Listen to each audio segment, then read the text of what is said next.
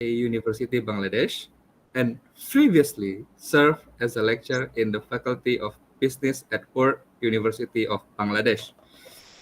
Dr. Islam is a distinguished recipient of USM Fellowship Scheme and have been honored 3 times with the prestigious Sanggar Sanjung Award.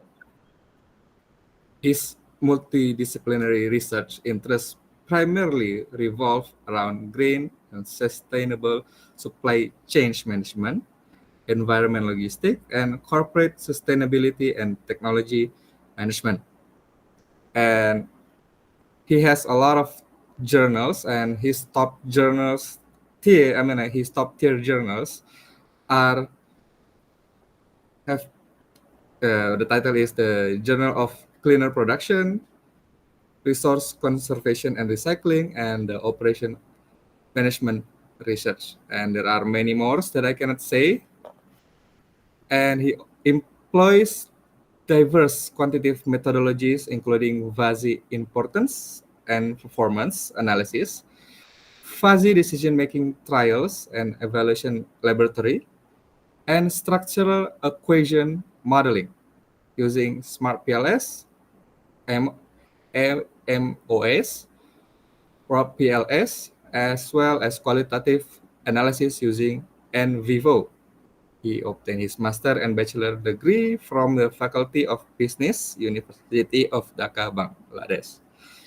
Well, I think I'm taking too much time for the introduction. I'm sorry about that. I'm just going to pass this session directly to our guest lecturer without wasting any more time. Dr. Islam, time is yours.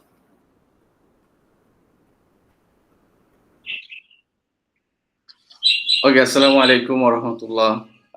Thank you for giving me this platform to share some of the ideas that I have learned.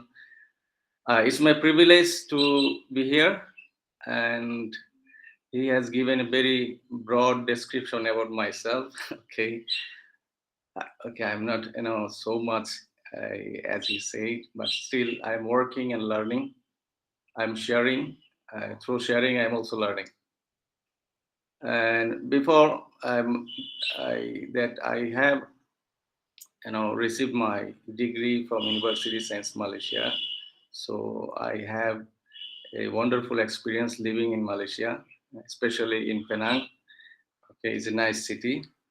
So I always love to see and talk to people from Malaysia. Okay, so whenever I got this opportunity to be a guest lecturer in a Malaysian university, I couldn't say no.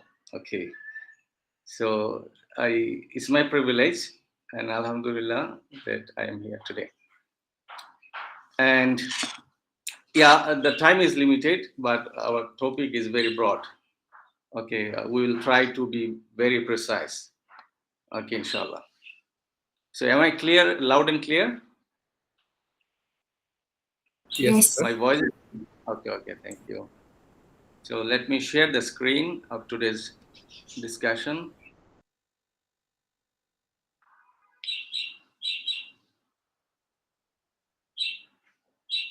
Okay, is it shared already? Not yet. Not yet. Not yet, sir. Let me install the sharing.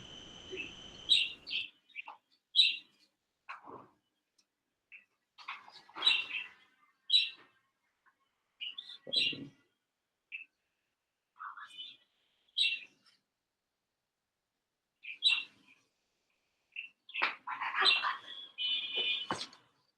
Yeah, is it clear?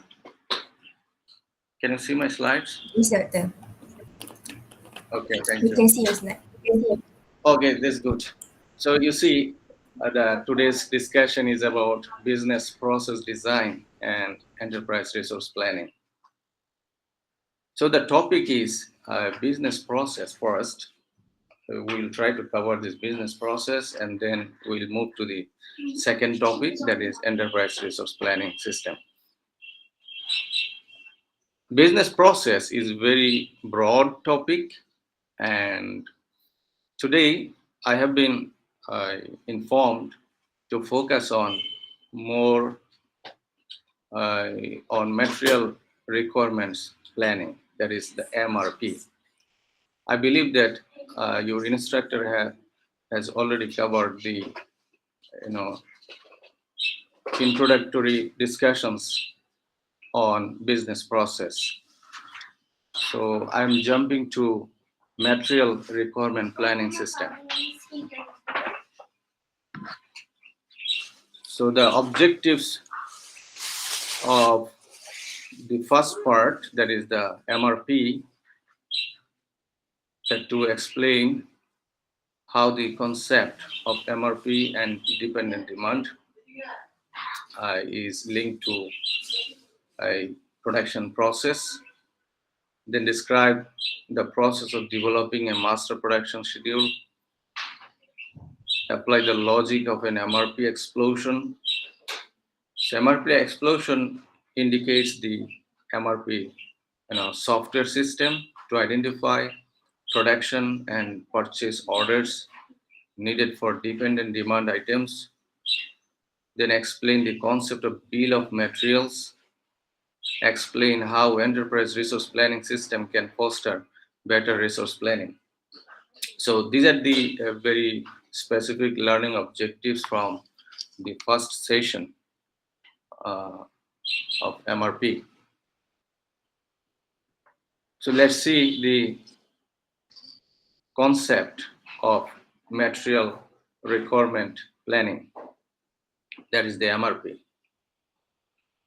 So you see in any manufacturing organization, they have to have a very precise production scheduling. So MRP, that is the material requirement planning, plays a very critical role in the entire production planning process. So the concept is, that is MRP is the logic for determining the number of parts, components, and materials needed to produce a product. So imagine that we are producing a furniture like chair. Okay. So to produce a chair, we need different types of raw materials, and these materials finally we have to assemble and make the finished product, that is the chair. So MRP basically is focusing on identifying those numbers of parts, components, and materials to produce that particular chair. Okay. MRP provides a time scheduling information specifying when each of the materials, parts, and components should be ordered or produced. So here we need to specify the time schedule for releasing orders of certain materials. Maybe we have to buy those materials from third parties or outsides, and the lead time may be different for different materials. So that's why we need to identify when the order should be released in order to receive the shipment or receive the materials in their due time. So this is critical. Otherwise, it will hamper our production process. So MRP is a software system to manage dependent demand inventory. So this is important. So there is a software system. It automatically calculate the dependent demand inventory. Okay. So what is dependent demand? It is important here. in MRP, we need to have a very clear understanding about the dependent demand. So let's move on to the dependent demand. Okay. Dependent demand refers to the demand for components or raw materials that are directly related to the demand for a finished product. As I said, if our finished product is the chair, then dependent demand will be its components or raw materials. Okay. For example, if you need 100 chairs, each chair requires 4 legs, 2 front legs and 2 back legs. Okay. So the dependent demand for the chair would be 400 legs in total. Okay. So the software will automatically calculate the number of dependent demands based on the specifications we set earlier. Okay. Let's see the graphical presentation about the dependent and the finished product. So here the finished chair, that is our end item, sometimes called, and also it is the finished product. Okay. And to produce a finished chair, we need different types of materials. Like you see, we need 2 front legs, 2 back legs, right? Also, here it is said side rails. Okay, no problem. We need crossbars, we need seat, we need back supports. So different, components or materials. And the bill of material here, you see at the left bottom corner, the bill of material, it shows the number of materials needed to produce one particular chair. Okay, here you see the chair, the quantity is 1, indicating that we need only 1 finished product. Okay, so to produce 1 finished product, we need leg assembly 1, legs 2. So here it says the assembly. Assembly means already we need to assemble, okay, before finishing the product. Okay. So then crossbar, seat, 1 backs assembly, side rails, 2 side rail crossbar, and 3 back supporters, right? So we'll see how the bill of materials can be presented with more information, okay, later on. So we have different ways to demonstrate or to present the information about bill of materials. So the product structure, that is also a kind of graphical presentation. Sometimes it is called the product structure tree. Okay, if it is chair, we need leg assembly, we need back assembly and the seat. So back assembly is dependent on 3 items, right? And the leg assembly is dependent on 2 items. So this is how we understand the dependency relationship between materials. So the chair, finally, chair depend on these 3 items, and these 2 particularly is dependent on other materials or other items.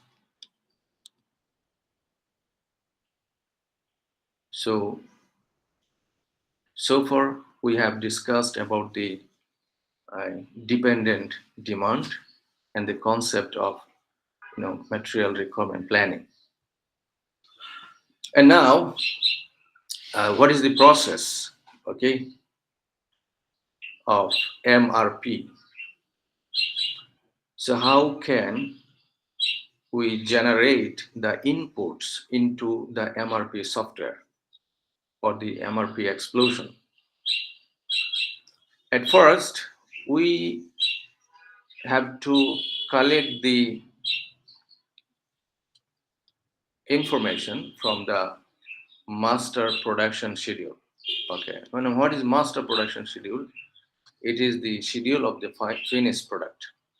Okay, schedule of finished product.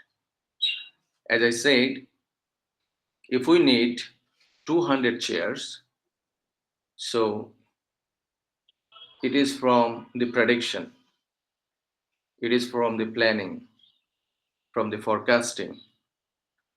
Maybe in the next month we need 200 chairs. So it's part of forecast.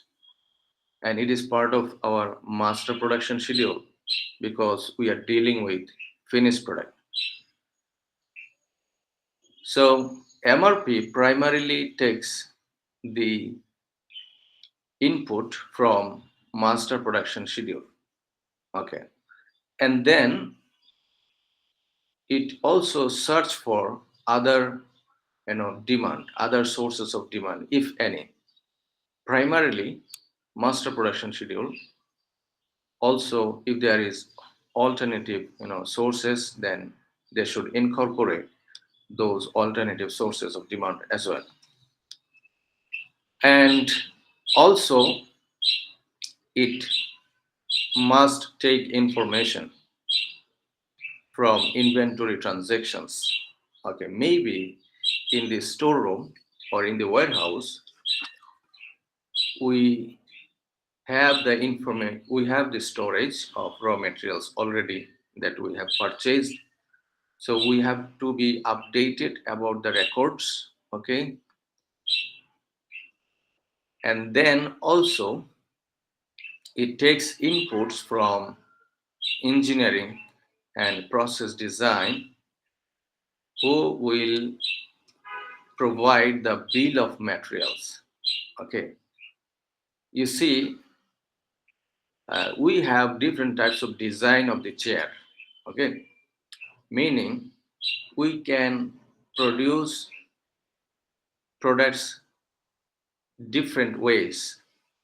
Okay, even the chair, we have different types of chairs. Okay, maybe you will see the legs are different.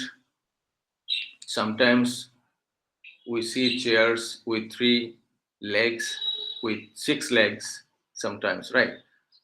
So here they are using the 3 back supports. If you want to design it different ways, you can use only 1 back support. Okay, so this information or these design issues will come from the engineering department. Okay, who will manufacture or who is actually designing the product. So depending on their design issues, their bill of materials will be generated, or they will deliver the bill of materials, okay, or they will specify the bill of materials, what are the materials needed to produce, and this information should be incorporated into the software. Okay, and finally it is the material requirement plan. So this is the output. So you see, we have different sources, or we have different parties. We have different parties who are providing information to the MRP explosion. Okay, meaning different departments. Sometimes you see engineering, they may have a separate departments, right? So we have the inventory that might be different departments. So we need a collaboration and cooperation to get the real-time information. Okay. So as I said that we can demonstrate or present bill of materials in different ways. But before that, what are the very common terms or the common items or components that a bill of material should present? Okay, so what is the concept? Bill of material is the record of all components of an item. So it is the record of all components of an item. Here the item means, in our example, is the chair. Okay, it shows the parent component relationship. Okay, who is parent and which depends upon whom. So this kind of relationship can be exhibited nicely. The uses quantities are derived from engineering and process design. So as I said, the how many quantities are required that can be specified, properly by the engineering department. So the common terms or the common items are the end items, intermediate items, sub assemblies, and purchased items. So these are the very common terms. Let's see in the graphical way. So here, this is very standard, bill of material presentation. There are many information. Okay. In the figure, you see that is the A. So A here, that is the end item. End item means the finished product. Okay. And D, E, G, D, E, and G. Here there is another D. Okay. D, E, and G. These are purchased items. Meaning we are purchasing it. Okay. We are purchasing these raw materials. Okay. And B, E, sorry, F, and C. B, F, and C, which is intermediate, in between, right? So intermediate, or sometimes it is called sub-assemblies, okay, or the parents. So A depends upon B, C, B depends upon D, E, and C also depends upon F and D. F also depends on G. So you see, that is the relationship or dependence relationship in graphical ways. We have other information here. Let's see. Here the LT. LT means lead time. Okay. So lead time is 1. So I believe that you know the definition or the concept of lead time. If not, please raise questions. No problem. Lead time here 1. So 1 might be 1 week, 1 hour, 1 month. Okay. So we imagine that 1 here, that is the 1 week. Okay. So 3 means 3 weeks. Lead time equal to 3 weeks. And inside the parenthesis, there is 3, meaning to produce 1 A, that is 1 item, we need 3 items of B. And here, we need only 1 item of C for 1 item of A. And similarly, we can understand the requirements for other quantities like E. here we need 2 E for not 3B actually. For 1B, we need 2E. Okay, for 1, not 3. Okay, so that's the understanding. And for 1B, we need 1D.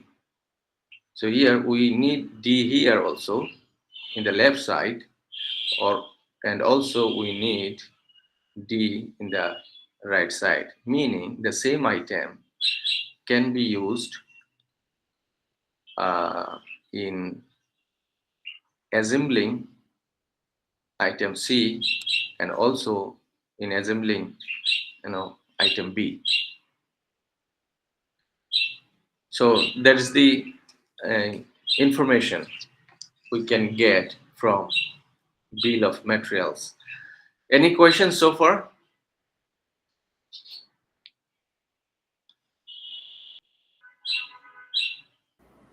Okay, if not, then No, we can.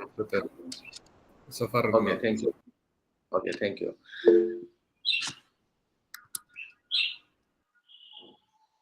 What is the full term of LT? Yeah, there is a question. Thank you. So LT means lead time. Lead time. Okay. So what is lead time? Lead time means time interval between ordering and receiving materials. Okay. What is the time interval? You see, sometimes we release the order today, okay, and we receive the shipment or we receive the item after some time. So if it is 1 week, meaning the day 1 you release the order and after 1 week you receive the order. So the time interval between releasing the order and receiving the order, it is called the lead time. So here the lead time is 1 week. So if you release order today and you receive the order after 1 month, okay, 1 month, then the lead time would be 1 month. So that's the understanding. Time gap or time interval between ordering and receiving materials. Is it clear?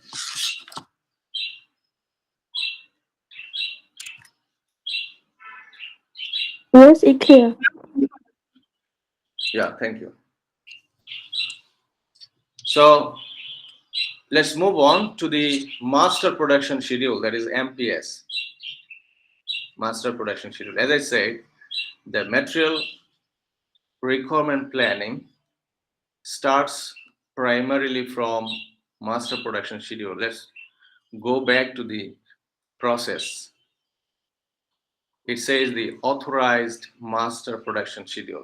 So that is the primary source which provides input to MRP explosion. Okay, so we need to learn what is master production schedule.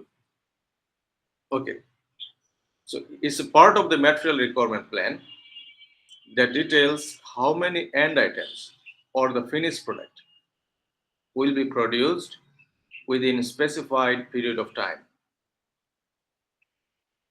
So meaning it is the planning for the final product, okay, or it is the planning for the end items. It breaks the sales and operations plan into specific product schedules, a specific product, okay, create a prospective MPS and test whether it meets the schedule with available resources. So initially, they create a prospective plan and then they send it to the different parties for providing their evaluation report. So based on this, then they finalize the master production schedule. So what is the process? Let's see, authorized production plan, then that is the prospective master production schedule. Are resources available? If no, then it revise the production plan. If resources available, then authorize master production, schedule, and from that it provide the inputs to material requirements planning. So here we need to verify the existing capacities. For example, we have predicted or forecasted that we need 200 chairs in the coming month, okay, or in the next month, meaning we have to produce 200 chairs to fulfill the order. And then we have to study whether existing capacities, or do we have the capacity to produce 200 chairs within this time. So if yes, then authorize it. If no, then maybe we have to revise the master production schedule. Okay, so this is the process. Okay, so here we see a practical example of master production schedule. For April and May, for 2 months, we have the forecast. Okay, this is the plan. Ladder bed chair. In the first week of April, we need 150 chair, and then in the second week of May, we need another 150 chairs. And also we need another type of chair, that is the kitchen chair. In the 4th month of April, we need 120, and in the 3rd week of May, we need another 120. Okay, and also the desk chair, April 2nd and 3rd, 200, and May 1st and the last week, we need 200 and 200, same. Okay, in together, if we aggregate, then we need 670 chair in April and 670 also in May. So this is a kind of master production schedule we have prepared for only 2 months. Okay, only 2 months. Sorry, let me check. Someone is coming. Just give me 1 minute. Okay, I'm coming back.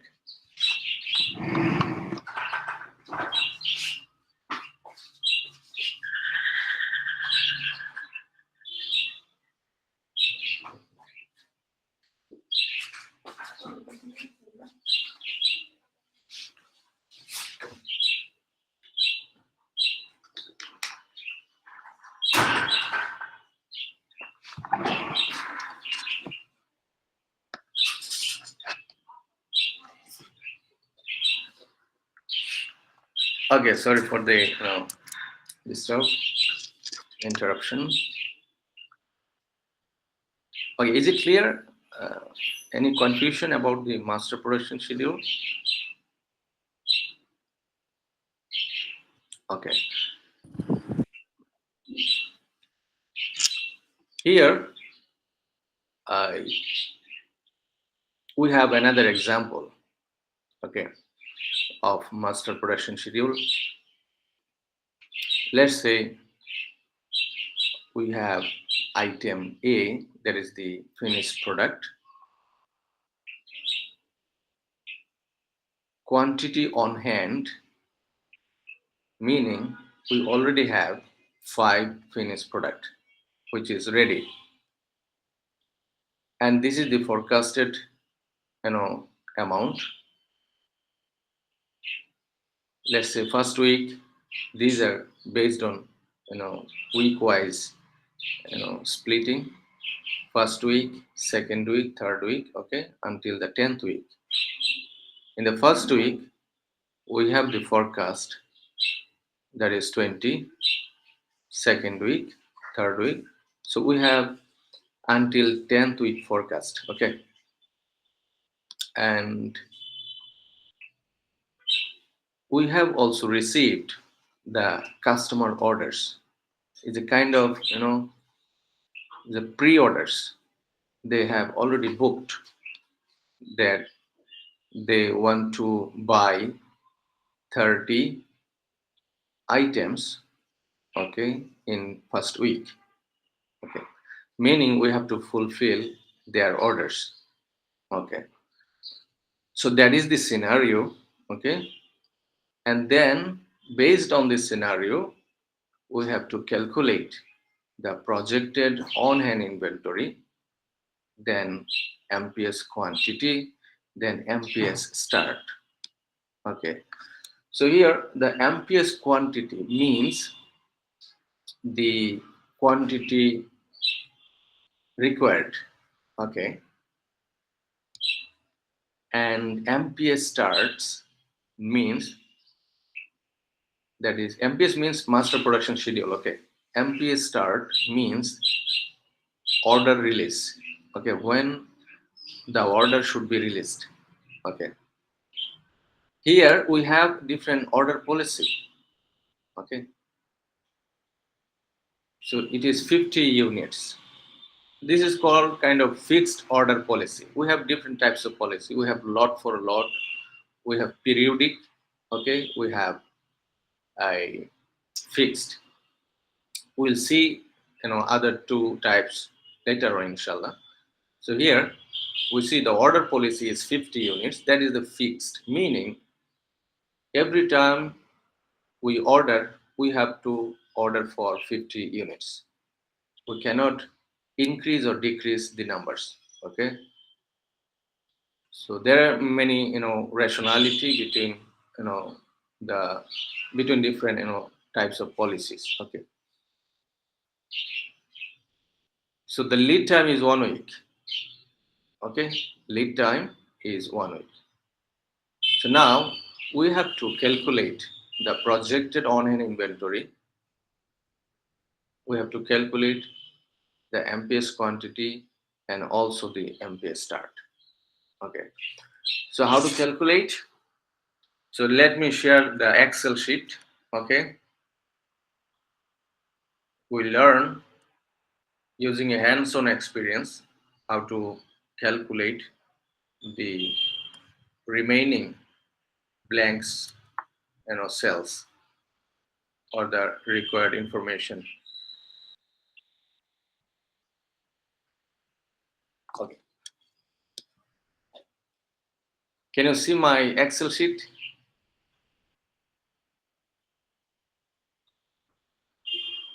Yes. Okay, thank you. So far, loud and clear voice, right?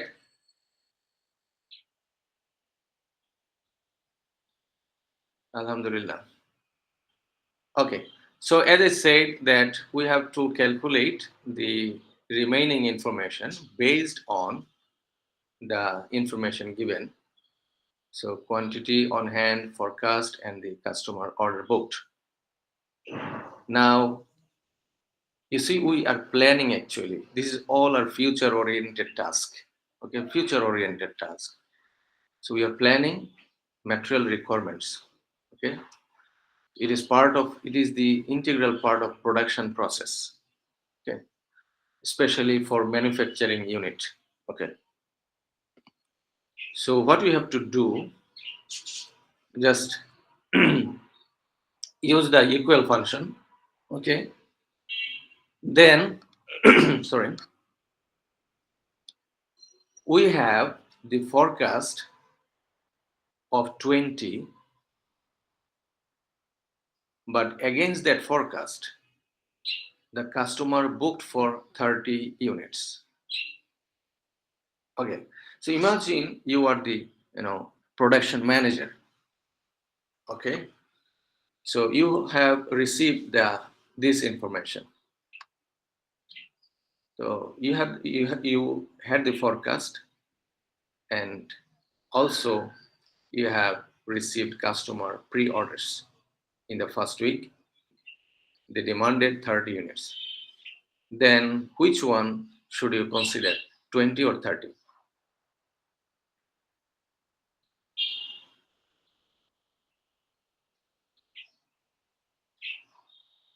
should we plan for 20 units or we should prepare for 30 units? What would be the wise decision? What do you think? Any idea?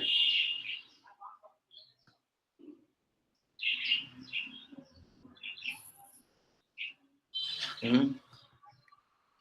We all are silent.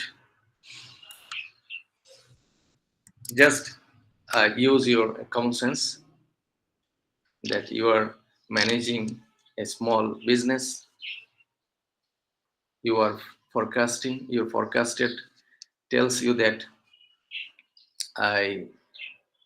20 units is required in the first week, but you have also received the customer orders 30 units.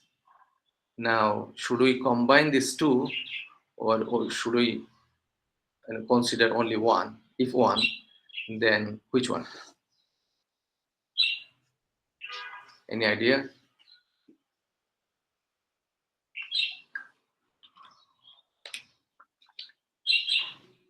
I think it's going to be 30. Just use the 31 because the last time is 20, and then they want to order again 30. Maybe just prepare the 31. Yeah, excellent, mashallah. Very good.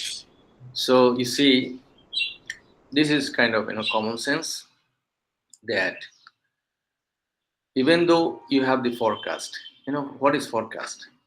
Forecast is the kind of prediction, kind of assumption based on previous data or previous experience. We try to imagine the future. So this is a kind of forecast, right? But we have received customer orders or customer already confirmed that they want 30 units in the first week. So 30 is greater than 20. Okay. Definitely, we should give more importance to customer orders. Okay. Here, because it is higher in numbers. It is lower. We should be prepared for 30. I mean the higher numbers. Okay. So how to calculate the projected on-hand inventory then? Equal sign. At first we have to count if we have quantity on hand. So we see we have 5 already here. We have 5, so we are putting 5 plus. Okay. Now you see our demand is 30, but we have only 5. So using 5, we cannot fulfill 30. We need additional 25. We need additional 25 units or 25 items to fulfill the order in the first week. Okay. So now we have to receive the quantity from master production. Okay. So here the order policy is 50, meaning we are planning to receive 50 units from production department. Okay. This is the plan. Okay. We are planning 50. And then we have to calculate the projected on hand. So again, 5. This time we are planning to receive 50. Okay. And minus, if we fulfill 30,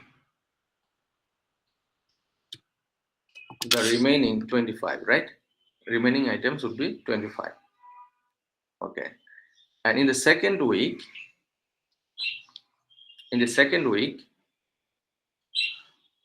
we have 25 on hand, and here we have the 20 customer orders, so we can fulfill from on hand inventory, no problem. So simply use 25 minus 20 equal to 5. So second week, after fulfilling the orders, still we have 5 remaining items, or the 5 finished product. Okay, in the third week, okay, we have to think about a bit. Okay, let's say the forecast is 40 and the customer order we so far received 5. Now which one should we consider this time? 40 or 5?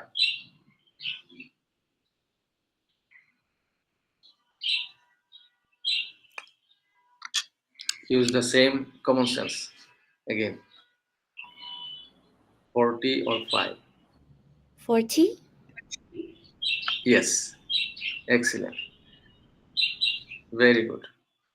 So you see, if we prepare for 5 items only, what would be the danger sign? The danger is our prediction says it is 40 in the third week. So far, we have received 5, meaning in future we may receive more orders. We may receive more orders in future. So the ultimate conclusion is we should consider the higher numbers. So this is the very very easy conclusion. So see, whichever is higher, 20 or 30, we are taking the highest number, 30. Here 10, 20, we are taking the highest. Here prediction is 40 but order is low. We have to consider the higher number. So this is the practice. Okay. So if 40, then we have problem with the on-hand inventory. We have only 5, but the demand is 40. We need additional 35 units. Okay, meaning we have to receive it from production, that is the plan receipt, 50. And this time you see the lead time is 1 week. Okay, we have to release the order for 50 units here. Okay, and for this unit we couldn't place the 50 here since there is no space. So we assume that it has been released in the previous schedule. Okay, because we are starting from week 1, so there is no space to put the 50 here. So but we assume that it has been released already 1 week before in order to receive the item or the delivery in the first week. So if we want to receive the shipment in the third week, we have to release the order in the second week because the lead time is 1 week. So if it is 2 weeks, so we have to put the 50 here. Okay, if it is 2 weeks. Okay, so now we have to calculate the projected on hand inventory again. So we have projected on hand, the quantity on hand already 5 plus we have 50 minus the higher value, that is greater number, equal to 15. Okay. And in the fourth week, do we need to receive from MPS quantity? Fourth week we have already 15. The demand is 10. So we can fulfill from on-hand inventory, no problem. Minus 10 equal to 5. And the fifth week there is no demand, there is no even customer order or the forecast. So simply use the, it will continue, right? In the same way it will continue. So this time only 2, still we have 3, but now we have 30 in the 7th week. So we have to receive the quantity and we have to release it 1 week before, and then 3 plus 50 minus 30. Okay, we have the 23 here, the demand is 20, no issue, so we can fulfill the order. So this time we have to receive from MPS is equal to 3 plus 50 minus the higher value. We have 13, but we need 20, so we have to receive, sorry, this one we have to release it 1 week before, and this one we need another 50 and we have to release it here, equal to 13 plus 50 minus the greater value, that is the 43. So we have just completed the calculation. The projected on-hand inventory, it shows after fulfilling the orders in each week, still we have the remaining 43 at the end. And to receive the quantity, we have to release the order. Okay, so it also provide us the releasing order date. Okay, so in order to ensure that the shipment will be ready in their due time, because we need to fulfill the orders. Okay, so this is the production, sorry, this is the planning for the finished product. Okay, this is called the master production schedule. And from master production schedule, then we have to switch to material requirement planning. Okay,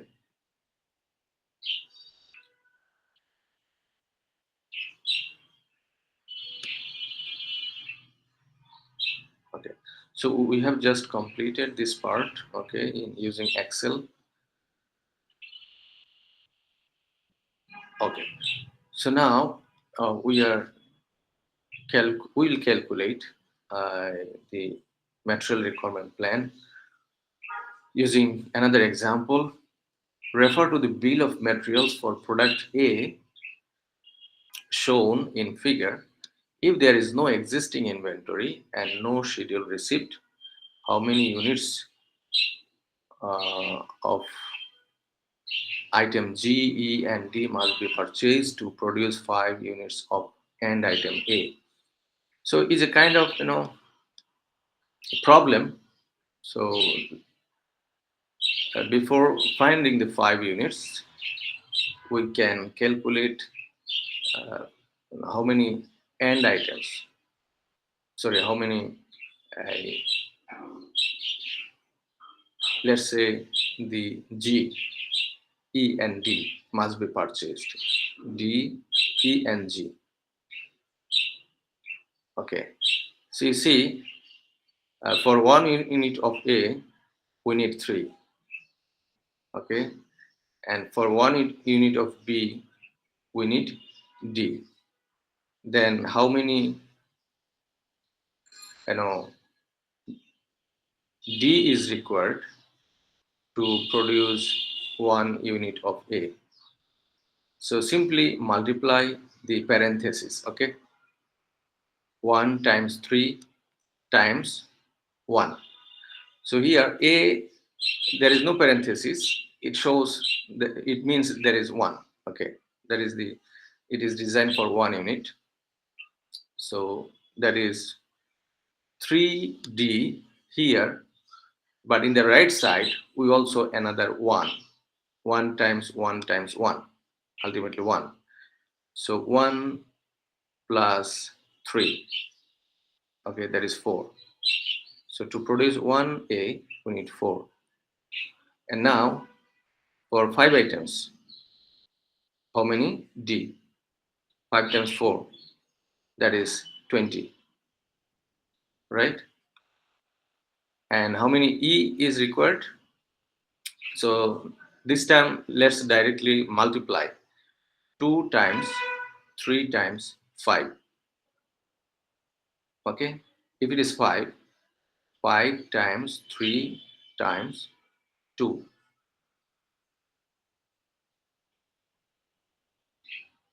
3 times 2, 6.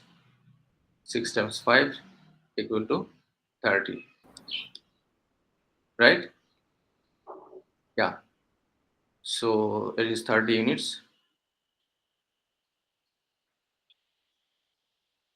So solution is given here. So it's just the brainstorming. Okay, you can see later on. But this time this is critical. How to calculate the material requirement. So using another example, is a very simple bill of material. A is depend on B and C is depend on D. Okay, it says the MPS start quantities for product A calls for assembly department to begin final assembly according to the following schedule: 100 units in week 2, 200 units in week 4, 120 units in week 6, 180 units in week, okay, and so on. Develop a material requirement plan for the next 8 weeks for item B, C, and D. So you see, it is the finished product, and B, C, and D are the material. So based on the finished schedule or the master production schedule, we have to prepare the material requirement plan for B, C, and D. The bill of materials for okay is given. Let's move on. So it is the master production schedule. Okay, for the finished product A, for second week they need 100, fourth week 200, 6. Okay, the schedule is given. Here we have different policies. As I said, we have different lot sizing policies. That is POQ, periodic order quantity. Periodic order quantity. It is for item B. We have lot for lot. Okay, lot for lot. For item C, we have fixed order quantity. Fixed order quantity. Okay, we have 3 different policies for 3 different items. Lead time is given. Schedule receipt. So schedule receipt is a kind of on-hand inventory. We should treat or consider it as on-hand inventory. Maybe it is on the way, on the road. Okay, we haven't received it, but it's on the way. So this is also part of the beginning of on-hand inventory. So we have the beginning on-hand inventory is given for different items. So it suggests that we begin with item B first and C, okay, and develop their inventory records as shown in bill of material, the MPS for product A must be multiplied by 2 to derive the gross requirements for item C because of the usage quantity. Once the planned order release for item C are found, the gross requirements for item D can be calculated. So it suggests that we should first calculate B and C, okay?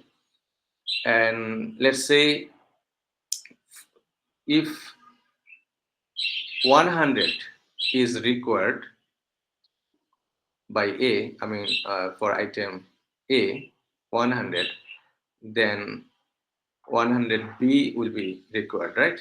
Because it shows 1 for 1. So, but for C, we need 200 because for 1A, we need 2C. So that's why we have to multiply the figure by 2 to get the value of C.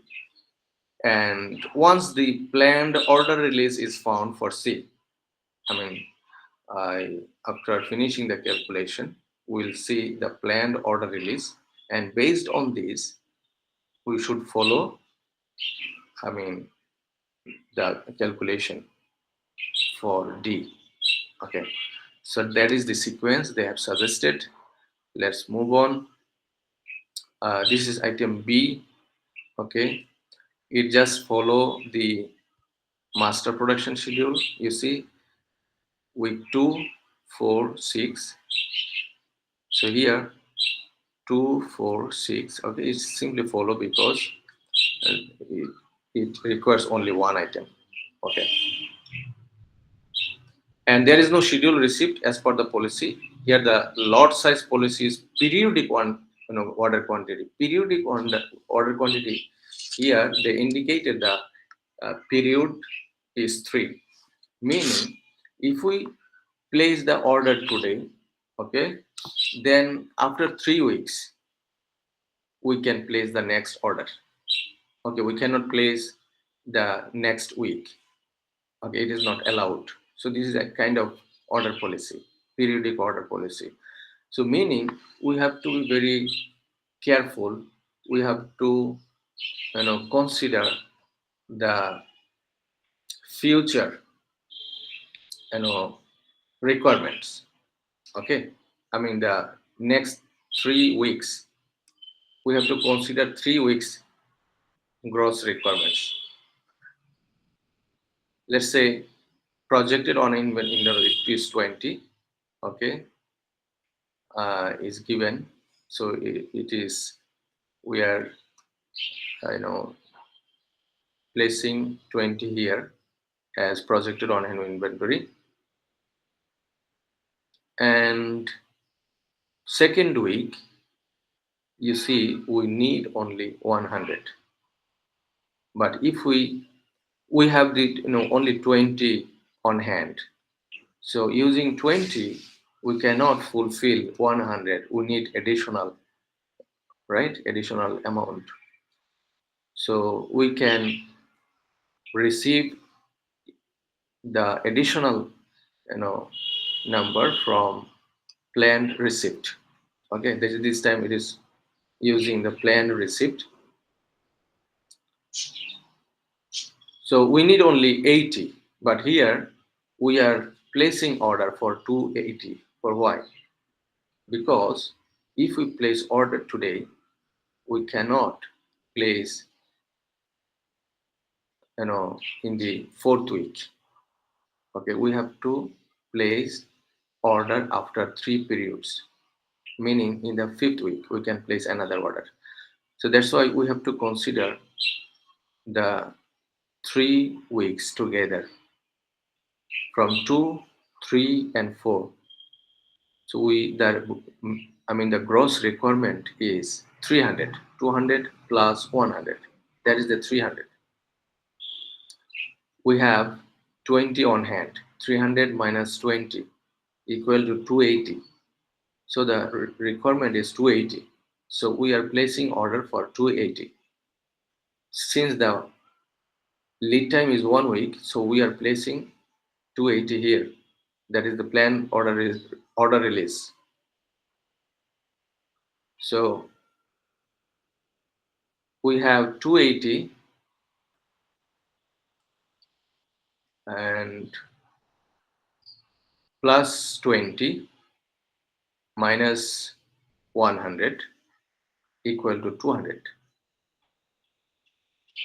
So third week there is no demand, so it just follows from previous weeks, projected on hand inventory. And the fourth week we need 200, we have 200, so the remaining balance would be 0. Okay, fifth week there is no demand. In the sixth week, again you see we need only 120, but this time we have to consider 6, 7 and 8, the gross requirement. 120, 180, 360, 60 equal to 360. So 360 minus 120 equal to 240. Okay, 240 minus 180 equal to 60. 60 minus 60 equal to 0. So we are placing 360 here because the lead time is 1 week. So this is how we can calculate. This is easy for item C, but we have to multiply the figure by 2. So because we need 2 items of C for item, 1 item of A. Okay, that's why we have to multiply A by 2. So then we'll find the gross requirements for C. Okay, the order policy is L for L, that is the lot for lot. Okay, what does it mean actually? Let's see. So here the schedule receipt is 200. That is the plan receipt. We are placing the projected on hand inventory because we said that schedule receipt can be considered as on hand inventory. Okay, projected on hand inventory. So we are putting 200 here. So we have 200 on hand. Our demand is 200. So no need to place order. Okay. So we can fulfill from on hand inventory. And in the fourth week, we require 400. The demand is 400. So since the order policy is lot for lot, so that the amount is required, the same amount will place for orders. Okay. The 400, we are placing orders for 400. Okay, here. But the lead time is 2 weeks, so we are putting 400 here. So if we place the order in the second week, then we can receive the 400 in the fourth week. So that's the understanding. And similarly, we can calculate, remaining, figures. So it is very easy because it is lot for lot. In the sixth week, we need 240. So we are placing for 240 exactly. And we are placing 240 here. In the seventh week, we need 360. Okay, we are placing for order for 360. Okay, and we are putting 360 here. Okay, so any confusion in understanding so far these two order policies and the calculations? Okay, if not, then let's jump to the D. Okay, so D is following the planned order release of C because of the dependence issues. So we see the C depends on D. Okay, so that's why D actually follows the order release of C. So we see that in item C, in the second week, they have placed order 400. So it is the gross requirement for item D. So similarly, 240, 360, and 120 is simply following the item C's planned order release. Okay. So this time the lot size policy is 500 units, that is the fixed. Lead time is 3 weeks. So we have planned order release, sorry, on projected on hand inventory for 25, it is given. Okay. Demand is 400. So no need to place order. We can fulfill. Still we have 25. Third week there is no demand. So 25 continues. Fourth week we need 240. But we have 25 only, and we have to place order, and each time we place order we have to comply with 500 units. That is the order policy. And since the lead time is 3 weeks, so we have to release the order, okay, in the first week. Okay, if we release the order in the first week, then it is expected that we can receive the delivery in the fourth week. Okay. So similarly, in the fifth week, we are placing for another 500, and we are releasing its order in the second week. Okay, so this is how we can calculate the material requirements for the dependent items. Any confusion so far? Yes, doctor. I want to ask. Sure. Doctor, what is the meaning of the one in the back here? I mean, like the item D, there is a planned order release on 500 in the first week. Item Item D. D, this one. Yes. At the bottom one, the planned order release, there are 500 in the first week. Oh, this one. Yes. Okay. So you see, we have the lead time, that is 3 weeks. We want to receive the 500 items in the fourth week. This is our expected receipt. Okay, to fulfill the requirement for the fourth week's demand. Okay, that is the requirements. And lead time is 3 weeks, means we have to release the order for 500 items in the first week to receive the shipment in the fourth week.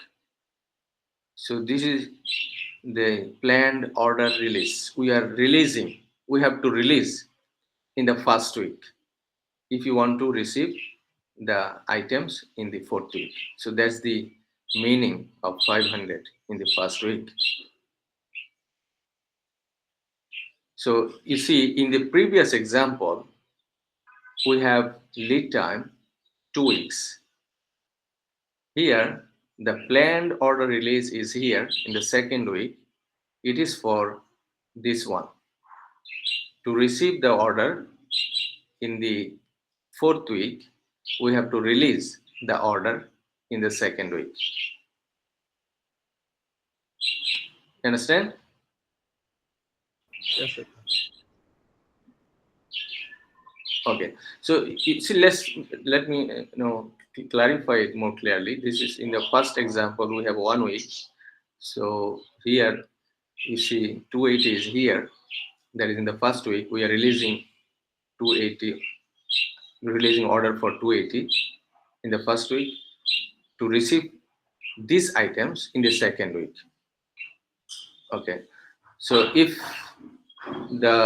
it is second week, I mean the 2 weeks lead time, then we have to make the distance, right, or the interval 2 weeks. If it is 3, so we have to keep the 3 weeks distance. Okay, so Okay, that's the the understanding. Yeah, and let's move on to the ERP evolution. That is the how MRP evolved. That is the material requirement planning schedule, and then we have to fine tune the schedule using feedback, and after that we have to develop the manufacturing resource planning, MRP, manufacturing resource planning, not material requirement planning. Okay, this is manufacturing resource planning. And finally, which is integrated with enterprise resource planning, that is the software system. Okay,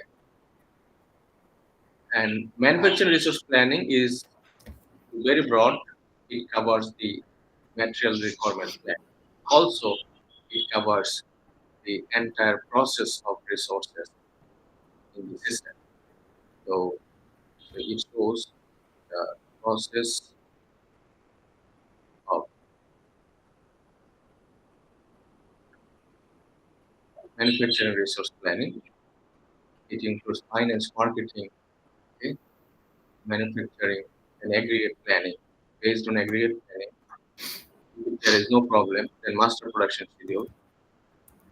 From master production, then capacity planning.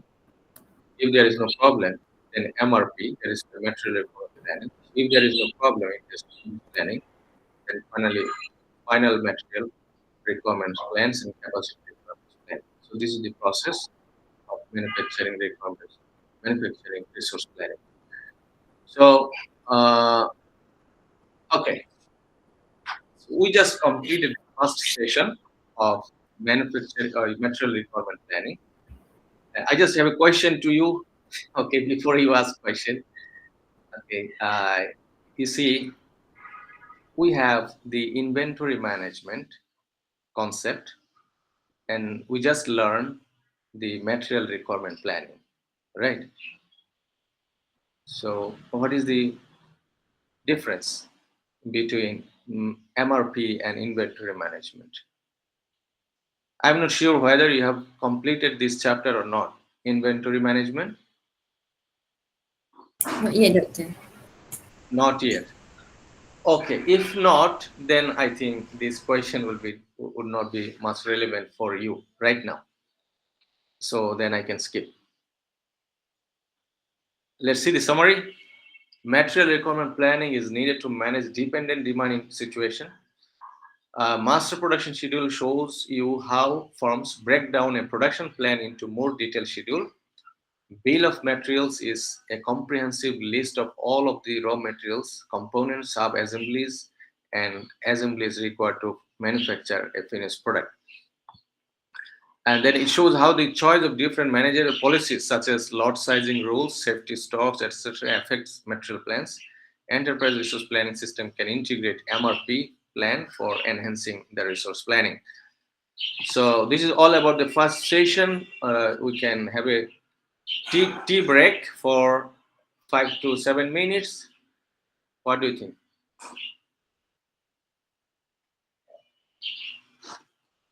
Or should we continue? Break or continue?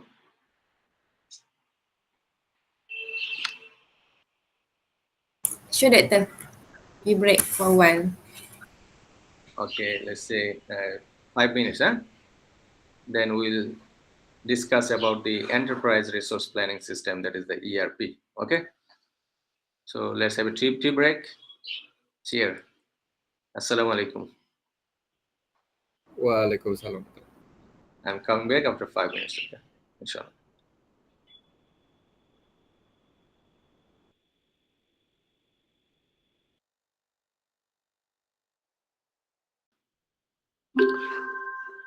If anyone, then we can start from question answer session. Then we can move to the enterprise resource planning? If not.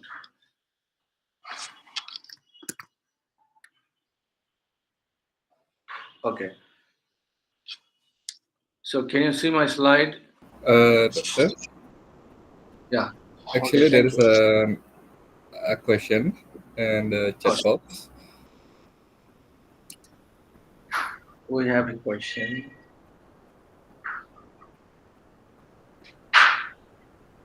What if the lead time is uncertain? Should we order more or stand by? Or we have other solution to reduce the holding inventory? Yeah, that's a nice question. Yeah. So you see, uh, this planning, that is the production planning, we are using a very precise lead time, 1 week, 2 weeks, 3 weeks. So we have kind of certainty in predicting the future. Sometimes we have certain environment for some products or some specific products, and sometimes we have low certainty, that is the high uncertainty in predicting the future for some products.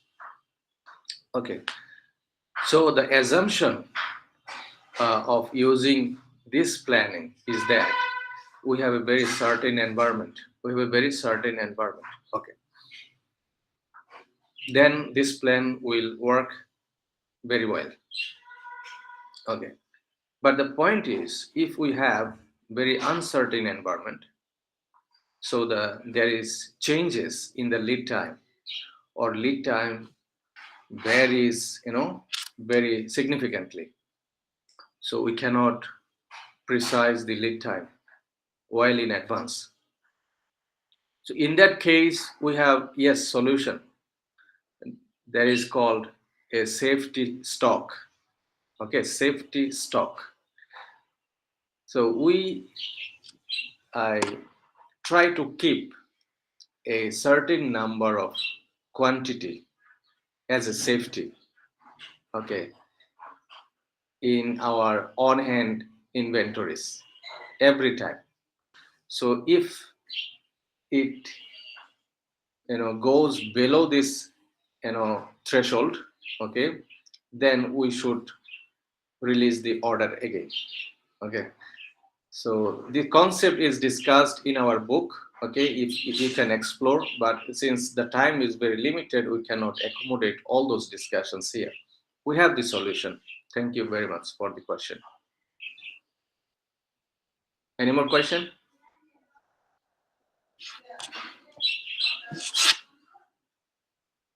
Is it clear? Those who raised the question.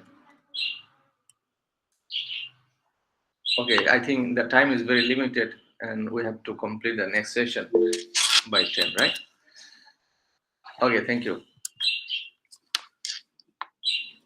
You see, we just ended up in an enterprise resource planning system.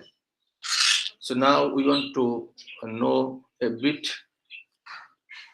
about the ERP. So these are the learning objectives: define and explain ERP system, analyze ERP's impact on business performance across functions, evaluate ERP solutions for specific business challenges, identify hidden costs and challenges of ERP implementation, explain configuring and customizing ERP software, recognize common mistakes during ERP projects. Okay, what is ERP? Enterprise resource planning integrates all departments and functions across a company onto a single computer or single system. You see, in the sorry, previous discussion, when we ended up with MRP2, that is the manufacturing resource planning. Okay, so it actually integrates other departmental issues like finance, like marketing, like HRM, okay, with the with the MRP, that is material requirement planning. So it is expanding the scope, meaning we have different departments, okay. We need collaboration and cooperation to make the plan successful, okay. And ERP, which integrates all departmental, functions and activities into a single computer system, right? So we can process all the activities that encompass different functional units, okay, easily. What are the key features? Combine finance, HR, warehouse, and other systems into one integrated program, runs on a single database for seamless data sharing and communication. What is the objective? To streamline operations and improve efficiency across the enterprise. So you see the graphical presentation of ERP integration. So it integrates data from inventory, it integrates data from production, supply chain, sales and marketing, from finance, human resources, customer relationship management, purchasing, and many more. These are important functional areas of business. Okay, if we have like other parties who also plays an play an important role in the affairs of our business, so we can integrate their system with our system, no problem. But in common, these are the departments that we have in common, okay. It integrates all the functional areas. So these are basically the functional areas, okay. Imagine that we are doing business and you have to perform so many activities, right? We have to perform so many activities to achieve your objective. What is the objective? The objective is to maximize profit, right? Okay, sorry, there is sound is coming on.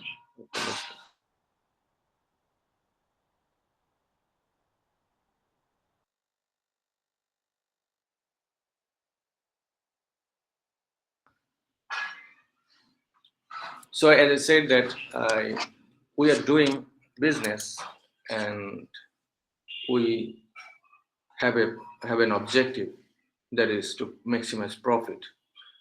And in order to maximize profit, we have to perform so many activities. If it is manufacturing, you have to deliver products to the customer. If it is service, you have to deliver service to the customers. But again, to deliver product to the customers is not an easy job, okay. You have to comply with so many issues like research and development, right? That is production, then followed by accounting, then financing, then human resource management, right? Then also these days we are watching, we are facing challenges of information system, that is managing information system, that is MIS, also become a part of functional unit in modern business. So you see, we have so many activities, and these activities can be grouped, can be categorized under different functional departments like accounting, finance, okay, production, as I said. And traditionally, each department had their own software or own databases traditionally. And there is a chance of duplicate information. Okay, there is a chance of duplicate data. For example, there might be a mismatch between number of employees that is recorded in human resource department's software and with the marketing department, for example. Okay, so there might be a mismatch of employees numbers. There might be mismatch between marketing and also inventory department. Okay, so salesmen, they have the record that yes, there is 100 item in the storeroom. So based on this, they are collecting the orders. They're expected to deliver it soon. But when they contacted with the inventory, they found that there is no such inventory stock in the warehouse. So there is misinformation or the backdated information. Okay, they are carrying. So we need real-time information. Real-time information. We need to remove duplicacy. Okay, we need real-time collaboration. Okay, we need speedy processing of information so that we can increase the efficiency, overall efficiency, productivity. We can increase the overall value from the viewpoint of customers. Okay, so then it is expected that we can maximize the overall surplus of the firm. Okay, so what are the benefits of ERP for business performance? So automation of task simplifies process like order fulfillment, employee benefits, and financial reporting. So it automatically generates, very nice, relevant, useful reports. Improved collaboration. All departments share the same data and view the same screen. So since there is only single database, it stores information in a single database. So all departments, they share the same data. So there is no chance of duplicate information. Real-time tracking, access order status at any time by logging into the ERP system, enhanced customer experience, faster order processing with fewer errors. Okay. Challenges in ERP implementation. So ERP implementation is not easy job. Okay. Transition complexity requires department to change from simple isolated tasks to integrated shared responsibilities. So it involves technical as well as behavioral changes as well as process improvement. Okay. Increased accountability. Employees need to make decisions based on integrated data. Okay, so they're making decision based on data. So accountability is increased. Adoption hurdles. Shifting from manual methods to an online system demands training and mindset change. As I said, it involves much behavioral aspect. Okay, not only technical. ERP implementation timeline. Duration. ERP projects typically takes 6 months to 3 years depending on the organization size and complexity. Phases: planning and vendor selection, configuration and customization, testing and training, full deployment. Okay, so then what will ERP fix in my business? So I am also wondering how ERP will solve my business. So key areas ERP address: integrating financial data, provides a single version of the financial truth. So it is very powerful and also reliable. Okay. Standardizing manufacturing process, improves efficiency and reduces redundancy across units. Unifying HR information, simplifies tracking and managing employees' data.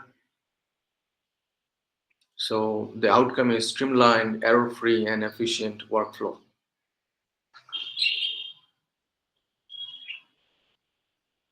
Okay, so will ERP fit my business. Okay.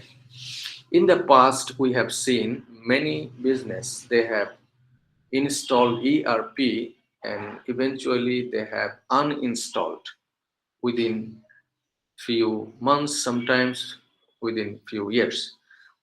So meaning there is success in continuation. Also, there are many failure cases.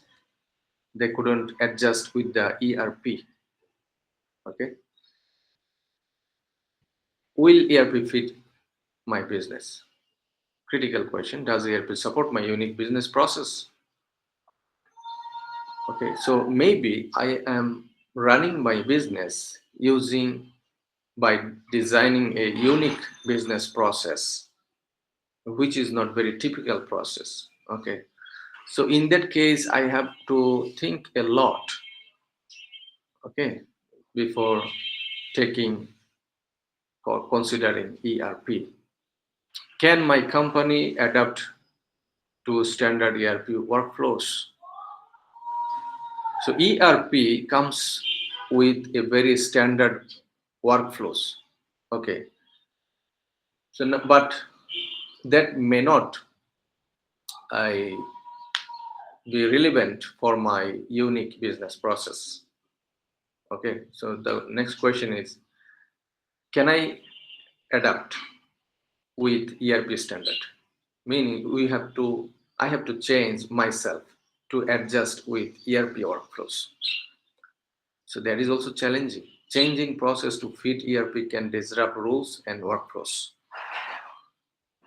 And sometimes we are forcing the vendors to customize ERP to adjust with my unique business process.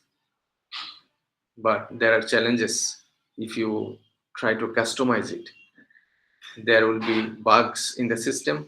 There is a chance. And also difficulties in upgrading software versions. So this is another issues we have to consider.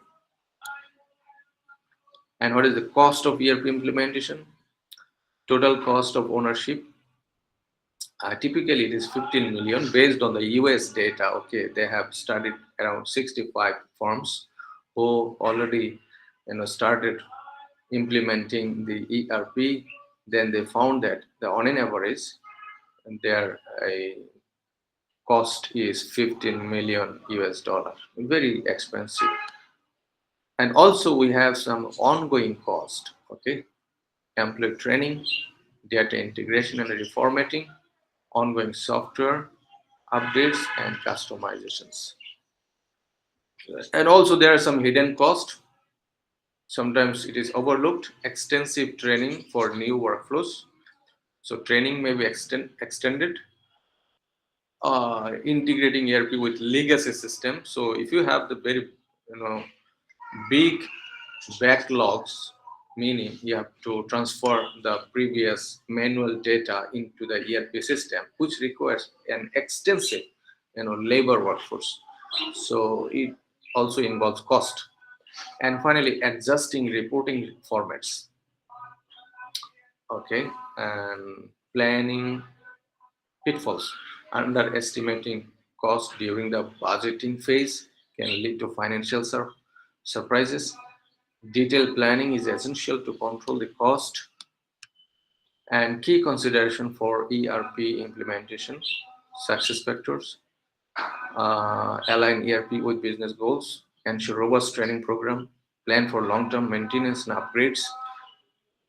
What are the pitfalls to avoid? Pushing the implementation process, ignoring organizational resistance, over customizing the system. So these are kind of risk. We should be very careful. And phases of implementation, we have different strategies. Number one is big bang strategy.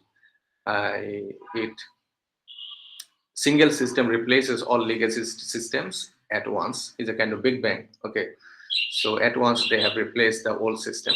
High risk requires CU mandate. Okay, so it is also high risk. And another strategy is franchising strategy, separate ERP system for business units, linked for common process, common for large diverse companies. And also we have slam dunk.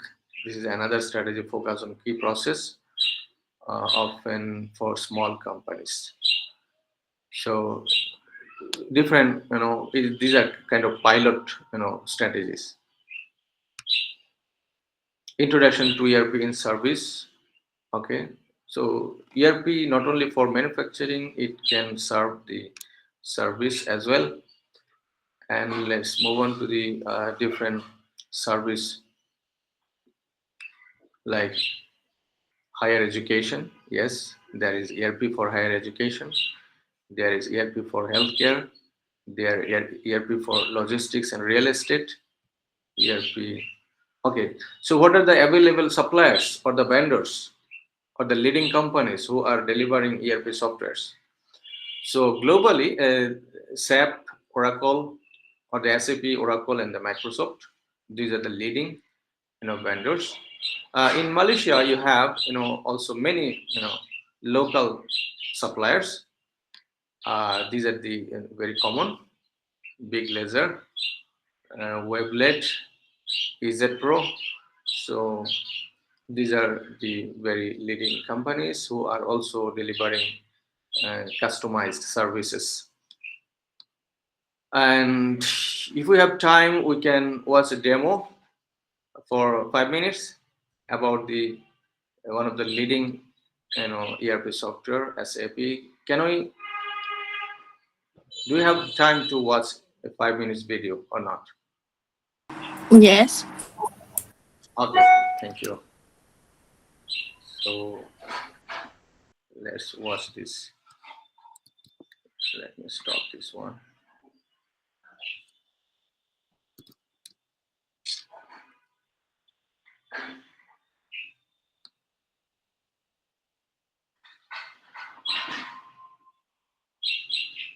Need a hand in presenting and sharing your PowerPoint?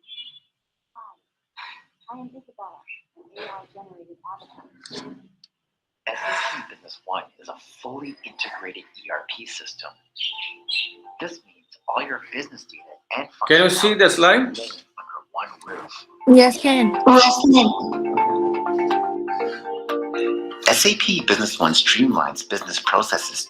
For example, Ron Burgundy, our sales employee, converts a quote to a sales order, but he wants to add a very generous 25% discount to the order at the last second. This triggers an approval procedure to his manager. Within seconds, his manager is alerted with the approval request. His manager can decide to either reject or approve the order. He drills into the sales order and sees the 25% discount, and then clicks on the gross profit calculator to inspect the margins. He can see the order has a healthy gross profit of 125%, and so he decides to approve this order. And once approved, the order is instantly released to the warehouse team to begin picking and packing. After picking and packing is completed, a delivery note is posted and the system automatically decrements the inventory quantities and posts the relevant accounting entries behind the scene. And the ensuing AR invoice is raised and emailed to the customer straight away. Likewise, the AR invoice automatically posts the respective accounting entries in real time, which can be directly viewed by simply drilling into the golden arrow on the journal entry field. Furthermore, you can view the relationship map to get a graphical representation of your workflow and all the connected documents. This is a huge benefit for companies struggling to understand what transpired during their supply chain process. The relationship map provides a clear picture of our document flow and makes it super easy to track information efficiently. SAP Business One comes with extensive reporting tools and a plethora of reports, visual dashboards, and KPIs to help you understand your business performance in real time. Under the Reports menu, each module has its own set of reports right out of the box, and there are plenty of predefined visual dashboards and KPIs too. Just click on the Cockpit folder to view them and simply click on the plus sign to add a new one to your screen. And if you require a unique business report that isn't out of the box, don't worry. The system comes with reporting tools so that you can easily build them. Since all your data lives under one roof, it's easy to find information. The enterprise search feature is a Google-like search engine that allows you to search for any metadata within SAP Business One. For example, I can enter part of a customer's name and the system will retrieve all the information pertaining to that customer. I can filter down to see just AR invoices and hover my mouse over an invoice to see a preview of the contents, or simply click on the AR invoice to open it up on my screen. In SAP Business One, you'll notice golden arrows everywhere. These golden arrows are another way of saying, show me more, and allow you to drill into the details of a specific field. For example, I can drill into the customer code field to bring up the business partner master data screen to see all the particulars about this customer. And within the business partner master screen, I can drill again into the account balance field to see all the financial transactions that make up their balance. Gone are the days of chasing information in disparate systems. Customer service reps can find information effortlessly and resolve customer inquiries efficiently within seconds. The key benefit of a fully integrated ERP system like SAP Business One is that it streamlines your entire business workflow and eliminates manual accounting entries, thus boosting employee productivity, business efficiencies, and sales revenues while saving you time and money.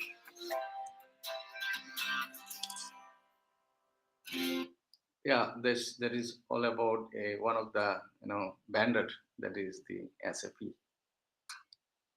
So we have many more alternatives. Okay, you have local companies, you have global partners. So you can bargain with the vendors to see who is providing the best solution for you.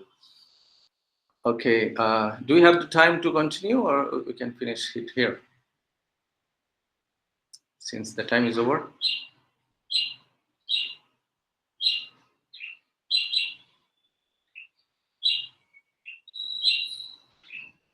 Should we continue or just finish it here? Maybe we can finish the topic lah. Okay, let me finish then. Sikit lagi kan. Okay, thank you. So you see, we just covered the important aspect of the ERP. So now it is just common mistakes. Okay. Sometimes we have a fascination to ERP, and we made a contract with the vendor, okay, global vendors. So we have cases in my country, in Bangladesh also, that companies, they have started implementing SAP, but within few years, they have uninstalled. They had to uninstall the software. Okay, there are many issues. So why they have finally cancelled the continuation. Okay, so this, there are some common mistakes we make during the ERP implementation process. So enterprise resource planning systems streamline business process, but improper implementation can lead to costly errors. And this error is very costly actually. So you are losing millions of dollars, actually millions of dollars. Okay. Focus areas: importance of thoughtful ERP selection and deployment. Challenges faced by organizations in the ERP implementation process. Let's see the common mistakes. Okay. So mistake number one, not doing careful requirements gathering. Okay. So now you see the discussions I just here compiled from a survey data, okay, a case study kind of.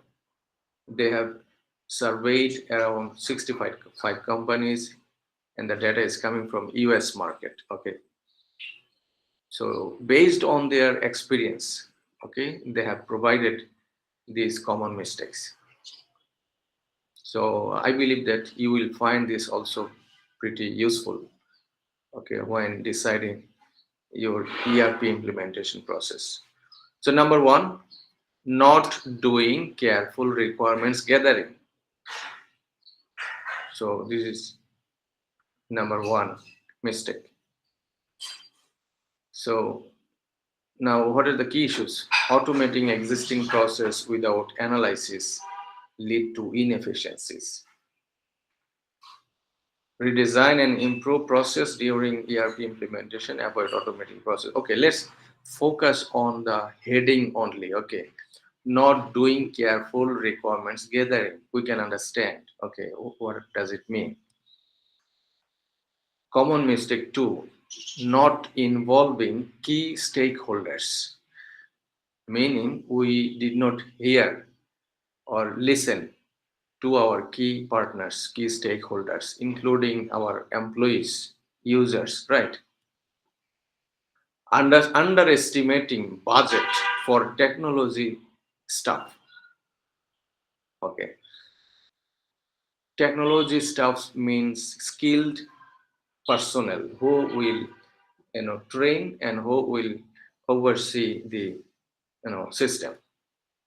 We are not, preparing a handful budget for them. Not evaluating on-premises versus cloud ERP. So we have different types of ERP. Maybe we couldn't, understand it properly. What are the pros and cons of each one? Overlooking industry-specific solutions. So industry-specific solutions may be, yes, we have seen that they are designing for different industries. For example, pharmacy is much different than, salt industry. Okay, salt and pharmacy is not same. Maybe we didn't understand this difference. Being dazzled by features. So sometimes they are emphasizing more on, feature list instead of functionality and integration, right? Implementing the system all at once. Okay, so as I said, yes, we have strategies to implement it, like big bang strategies. It implement all at once. So it's kind of very risky. Okay, is it kind of risky? Maybe it can lead to destruction sometimes. Ignoring change management.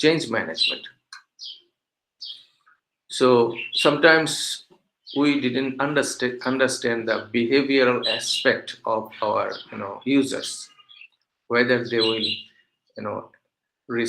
welcome the new system, okay, or not. Is there any resistance issues or not? Not supporting the implementation team. Okay, so sometimes we have poor planning for the implementation team. People are not supporting, are not helping. Okay, so it may lead to, insufficient requirement planning also. Poor communication across departments. Poor communication. Not having a maintenance plan. So this is after implementation. Okay, as I said, training might be extended. Okay, and we need more skilled people to train our existing staff or new staffs. This is part of the, maintenance. Okay, and finally the summary. ERP system require careful planning, execution, and ongoing management. Involvement of all stakeholders and proper budgeting are crucial. Continuous training, change management, and maintenance ensure long-term success. Avoid common pitfalls to maximize the benefits of your ERP investment. So that's all. If you have any question. Okay, thank you so much, Doctor. Okay, everyone. Does anyone want to ask a questions, or does anyone have any questions that they want to ask to Doctor? Because if I'm not mistaken, I also have some questions that I want to ask. Actually, Sure, sure. okay, Doctor. Doctor, before we continue to the questions, what is it okay if we also get your presentation today?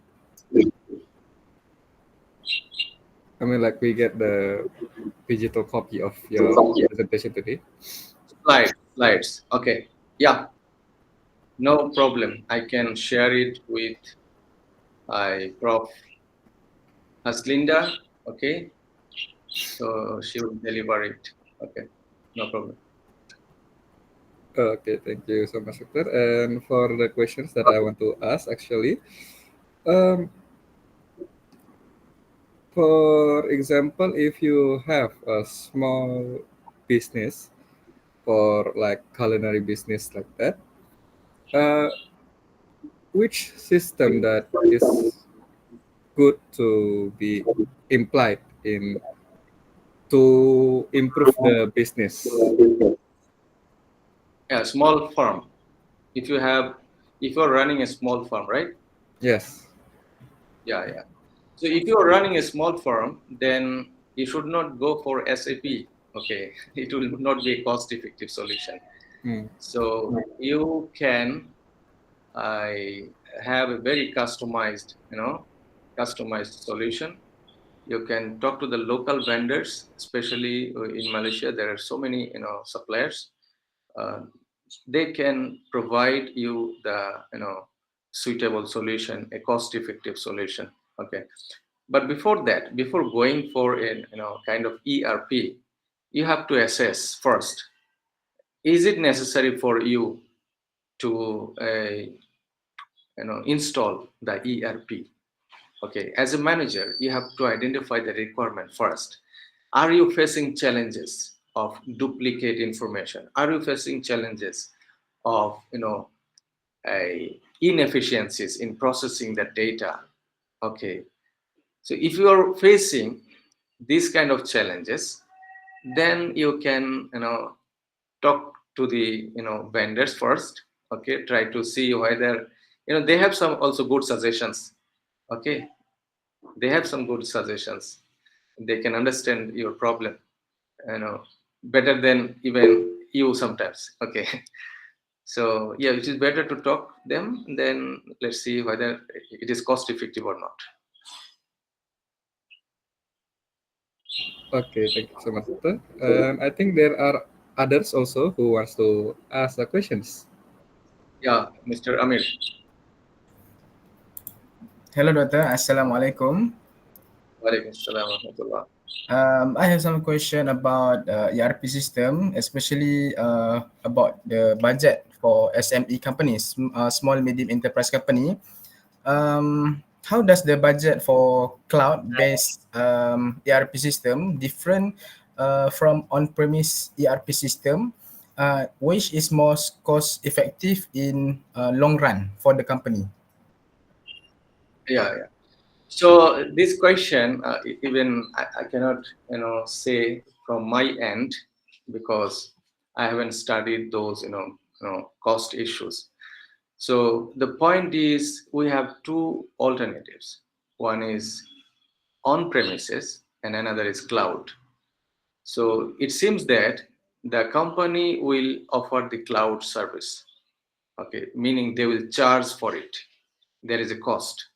Okay, and they are taking the responsibilities for your data. They are giving a promise seamless, data transfer or the data maintenance. And on premises, it seems that it is your responsibility to maintain your data. Okay, it is your responsibility. So there are some advantages of having your own database.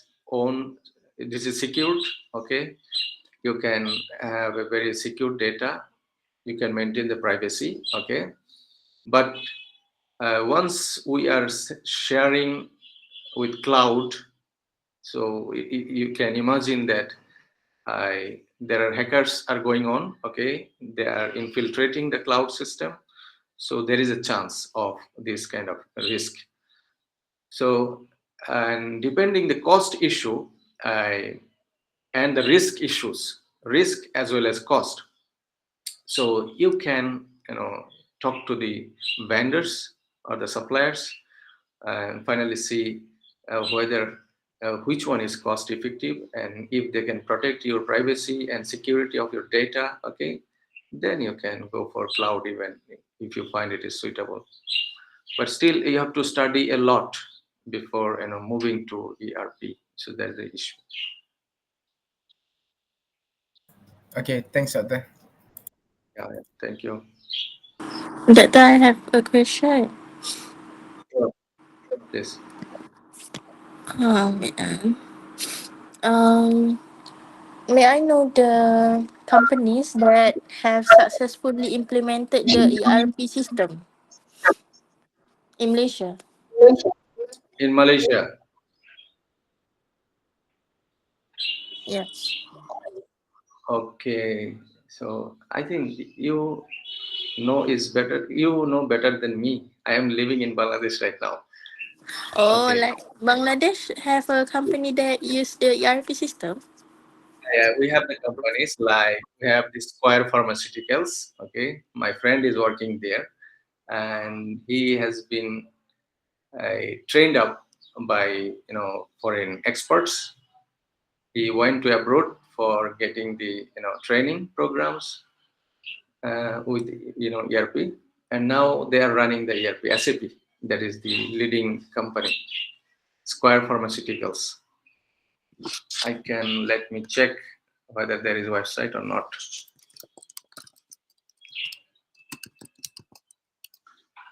Yeah, let me share the website. They have implemented the ERP. This is Bangladeshi company. Let me share with this in the chat box. And also we have other companies also, they have implemented, and also we have failure case. My students who are the MBA students especially, they informed me that some of their companies they have implemented, but due to the privacy issues, sometimes they want to hide the income. You see, there are some hidden issues. But if you apply the ERP, you cannot hide the information. Okay, it will expose everything. Okay, for example, the financial data it generates, it is from the input you have provided. You see, so there is no chance to tamper the data. Okay, so and some bad guys, okay, they try to avoid tax. You see, and also they sometimes try to hide other information from the public. So this is what they have said. And then that's why the company finally found that this is not cost effective for us. Okay, and also they have cases that they have to change the existing process a lot that they couldn't manage. Okay, because the ERP is coming with a standard process and you have to comply with their process. And if you want to force them to change, okay, then there will be issues, bugs, and also next upgrade issues, bit challenging and also costly. So these are the issues sometimes the companies facing challenges to maintain the ERP. Yeah, you see some behavioral issues also are there, and some also secret information they don't want to disclose publicly. These are issues also. You can share information which Malaysian companies are implementing leading companies vendors software, SAP software or not. I'm not sure. Sometimes I remember just during my PhD journey, one Malaysian company, they came to us and they said that they have implemented the Microsoft 360 ERP. Okay, Microsoft. So meaning in Malaysia, you have companies who are also buying software from leading companies. Yeah. Any more question? Okay, anyone still want to ask some questions?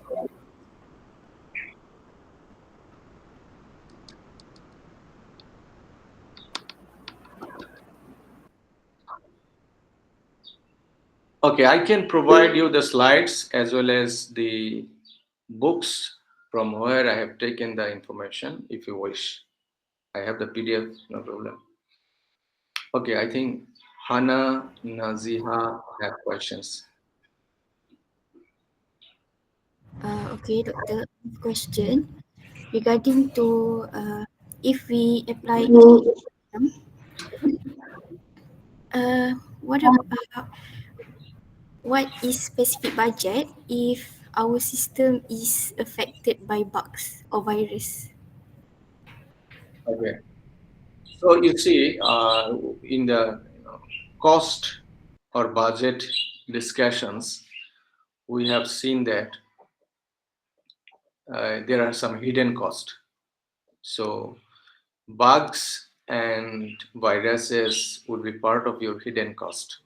Okay, so it depending on the level of complexities, I mean the expertise needed to solve this. So there will be budgets accordingly.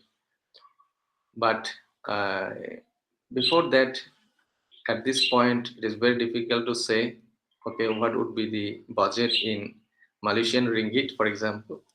But it is suggested that better not to customize the standard software. If you want to avoid bugs, okay, so better to comply with existing standard, meaning you cope up with the system, not you force the system to cope up with yourself. Yeah.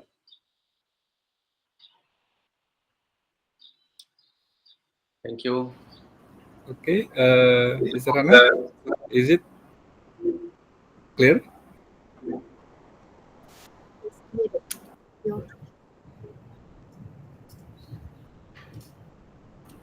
Okay, for the last one, does anyone still have any other questions?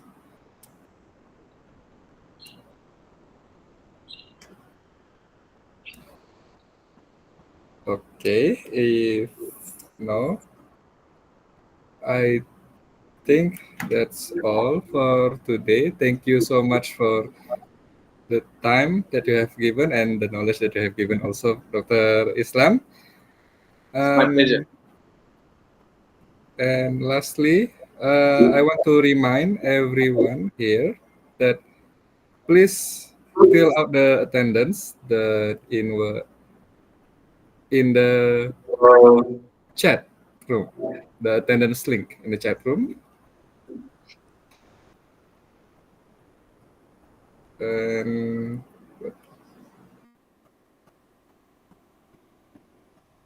okay, can everyone please turn on their camera, because for the last one is I want to have a photo session. Actually, I want to screenshot everyone while they were online.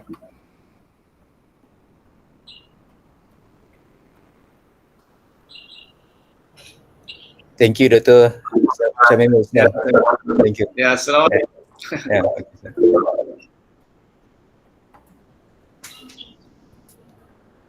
Oh, okay, not available. Okay, I'm going to take a screenshot now. Wait.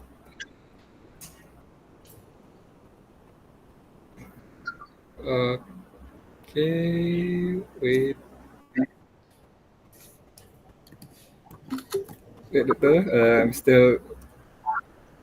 What? Why is my not? Oh, yeah. Here we go. Okay.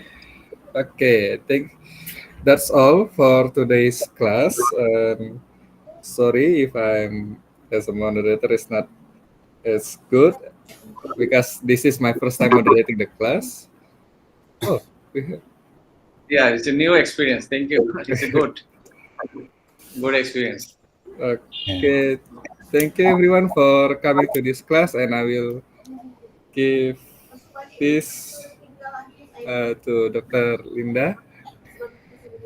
Okay, thank you, Dr. Shamimul, for Yeah, your welcome. lecture. Okay, thank you everyone for your participation and see you again. Assalamualaikum and bye.